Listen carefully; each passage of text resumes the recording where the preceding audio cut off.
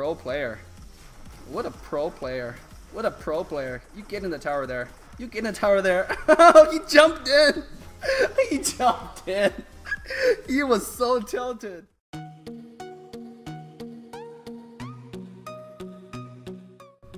What's up guys, this is David here and welcome to another Mobile Legend gameplay video. Today we'll be featuring Akai, the Kungfu Panda. According to Mobile Legend official bio, Akai was exiled from his village because he ate all the food they stored for the winter. And he wandered across the land of dawn until he came into the battlefield of the Mobile Legends. No wonder his stomach is the same size as his 10-time ball. So let's get into his build. Panda is one of the tankiest champions in Mobile Legends, who thrills at disrupting teamfights and single out enemy carries with his super overpowered ultimate. I always go with Tank Emblem and Purify on Panda for the extra tankiness and amazing synergy Purify has with his ult. Item wise, I always lean towards area effect items as well as full HP items due to Panda's passive, which is the more HP you have, the more damage all your abilities and auto attack will do. I usually go for Dominance Ice first for the area movement speed slow, as well as amazing 20% cooldown reduction. A note here is, his ult form will have the same movement speed as his regular form, so we'll get rapid boots immediately to boost up our movement speed so no one can escape our cannonball. Then we can get Curse Helmet for the amazing AoE damage around you as well as the HP it offers, followed by Bloodthirsty King for the highest HP any single item can offer, as well as the HP regen offers. I will usually end the build with Heart of the Steel and Immortality, depending on the enemy team comp. This will allow us to endure the crazy critical strike damage any marksman can do, so let's get into his tips and tricks.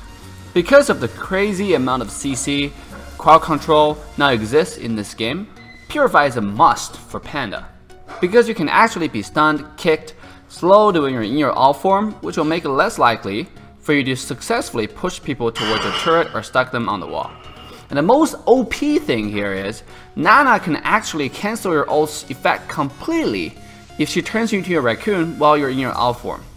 So if you know they will use a lot of CC on you, you can actually use Jump In and use Purify immediately and follow it up with your ult, so no one can affect you while you do your Panda thing. And it will also give you a super speed boost, so you can push out enemy faster with your ult. So let's get into his gameplay. Here, after killing the enemy Fanny, we're not able to push the enemy Kagura into our tower, or I think she was actually in our tower but somehow she was not attacked by the tower. So we decided to go back and get our heal and come back to other lane and help out. Another tip with your Panda is, when you're moving, I sometimes have my finger on the first skill so I can always be ready for the jump. Panda is actually a really strong counter to Fanny. As you can see, Fanny tried to get away with her strings, but Panda's ult actually is a dislocation ability, so any movement will be stopped with Panda's ult. That includes Alpha's ult, Fanny's jump, and Saber's jump as well. Here we see Fanny is really low. Saber tried to fight us, but there's no possible way for her to do that. And don't be afraid to fight as a Panda, because you have a second ability which gives you a shield, which means you'll take less damage in the trade-off when enemy champion try to fight you. Sarah, enemy Saber used regeneration and came back. I was afraid he might have ultimate, that's why we had to go back. And another thing with Panda is, make sure you have your boots before level 4. Before you finish Dominance Ice, because it's very important for Panda to have boots. It will boost up your movement speed of your ultimate, of your cannonball, so you can actually push people around. The standard combo for Panda is to jump in, use your shield for the damage, and the shield of course, and use your ult immediately. But sometimes, the slight second of using your second ability might mean the escape for the enemy team. So we jump in and immediately follow up with Panda's ult, so you can push people around. And guys, don't be afraid to practice, try and use your ult, and don't be afraid to fail, because even the best Panda players do fail their ultimate from time to time. And Panda's ult has a really short cooldown, so you can always use it again if you failed the first time. With Panda, because he's such a great team fighter, you always want to be looking at the minimap and make sure you're helping your teammates and ganking around the map. Here we see the enemy team going top, so we're going top immediately. After we jump in, we use our ult immediately because we saw an opportunity of their Fanny standing on the wall and we were able to get the kill. Here, another tip and tricks with playing Panda is, when you're using your ultimate and try to push people around to the direction you want to go, make sure you're not using excessive amount of movement. Just slightly tilt your movement and make sure they're moving little by little so you can actually make fine adjustment and get them towards tower, as you can see just now. After pushing the wave mid, we immediately come top to see what we can do to help our team. And as you can see, I already have my finger on the first button to get it ready. And here, Rafaela actually used ult to stun us, so we use Purify immediately. And we see an opportunity with our speed boost, so we're able to get behind her and use her ult and push her towards our turret and get the kill. A trick of laning against Kagura is sometimes move towards one direction and immediately move towards another direction when you saw or when you feel that she can use her umbrella again. Here you see we see an opportunity, we jump in, we use her ult immediately without using our second ability. And Kagura was totally tilted at this point. She actually jumped in towards us, so she got killed by the tower there. Here we saw an enemy Fanny try to chase our Eudora, and immediately we use our cannonball to get a wall, a formal wall between the Fanny and our Eudora so she doesn't get close. Because like I said, your ult actually stops her ability to jump around with her rope. Just to show you how tanky Panda is, here we engage on their Clint, and with Clint and Rafaela, they're not able to do anything to us, besides a little slow. Because Panda is not such a strong tower pusher or objective seeker, your goal is actually go around the map and help our team fight whenever and wherever they are. We immediately come to top to help out after our team directed they want to come top and then gank this Clint and Rafaela. We successfully killed the Clint, but their entire team showed up right after us and they were able to clean up our team really quickly. So we got away and used our regeneration to get some more health back before we jump in and help our ninja. But ninja decided to jump in. You can see we jump in with her ult to disrupt their team position so we can get away our ninja. But ninja died anyway, and we end up dying as well. You might question the decision of jumping back in to save the ninja, but as Panda, with your ult, you actually want to do that more often to test your limit to see what you can do, because with your ult, you might be able to do wonders for the team and just turn the team fight around. Here we see an opportunity to jump in from their back, and as we did, you saw Rafaela use ult on us, able to stun, which goes back to my earlier point that you can be CC'd while in your ult form. However, we successfully got the kill on their auto damage carry, which is Marksman. After the fight, our team decided to go bottom and gank the Saber. Saber quickly realized that we're coming and pushed the tower and left. So after that, we decided to go back to mid, and teamfight is about to break up here. This is a good example to show you how vulnerable Panda is to crowd control. Here we jump in, we saw an opportunity to stuck Saber on the wall. Somehow he got away with his second ability, but Fanny come in just at the right time at the end of my ult and actually got stuck on the wall by that cannonball there, so our team was able to get that kill. After that, it became a 5v4 situation. We decided to push. Rafaela used her ult on cannon minion, so I'm just getting ready to jump in and use my cannonball. As you can see, I'm just walking around and we're fasting forward this little period over here. And here, remember, I was about to make a mistake because we're not able to jump behind our enemy backline.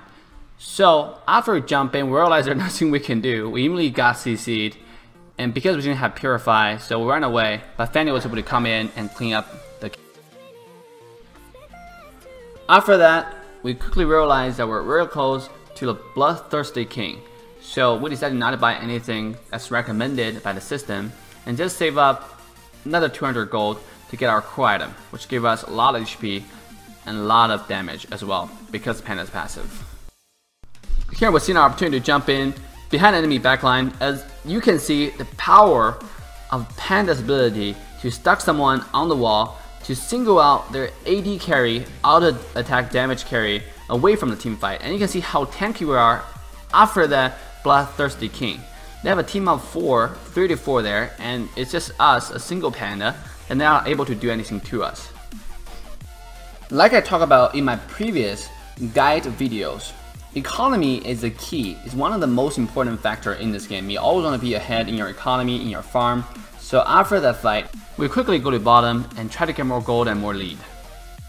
Here you saw me walking to the side of the team fight because we want to jump behind the enemy team, which we're able to do, and we knock back both of them, Saber and Clint, to get closer to our team, and we're able to successfully kill Saber over here. After our fight, we quickly go back to mid and try to seek an objective. Here you see us pushing a tower, and enemy Kagura decided to jump in. We saw an opportunity, immediately use her ult without using our first and second ability, and we're able to successfully push her towards our wall. And Panda's ult does take some time to get used to because it does require a slight movement commands rather than a large movement commands, as you can see. Otherwise, you'll be really difficult to actually use your ult to stuck someone on the wall, as you can see in this video. Here in the mid, we saw 4 of them come in. We immediately use our cannonball to jump over the wall so we can escape excessive CC on us. And we saw teamfight breaking up. We immediately try to focus on their backline and follow where their Clint is. Unfortunately, actually it's a smart move on their side. As you can see, Kagura used her ult to try to slow me so we don't use our cannonball on their marksman. And here we successfully killed their Fanny, but Fanny has immortality and able to get away.